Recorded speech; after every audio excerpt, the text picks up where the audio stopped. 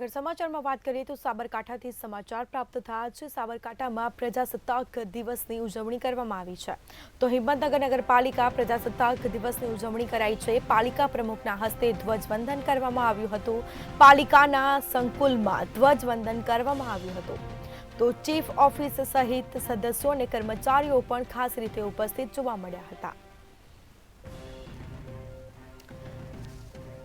તો પ્રજાસત્તાક દિનની ઉજવણી કરવામાં આવી છે। સાબરકાંઠામાં પ્રજાસત્તાક દિવસની ઉજવણી કરવામાં આવી છે।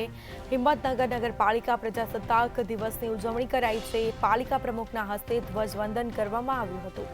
પાલિકાના સંકુલમાં ધ્વજવંદન કરવામાં આવ્યું છે। ચીફ ઓફિસ સહિત સદસ્યો અને કર્મચારીઓ પણ ઉપસ્થિત રહ્યા હતા। તો ચીફ ઓફિસર સહિત સદસ્ય અને કર્મચારીઓ પણ ખાસ રીતે ઉપસ્થિત જોવા મળ્યા હતા।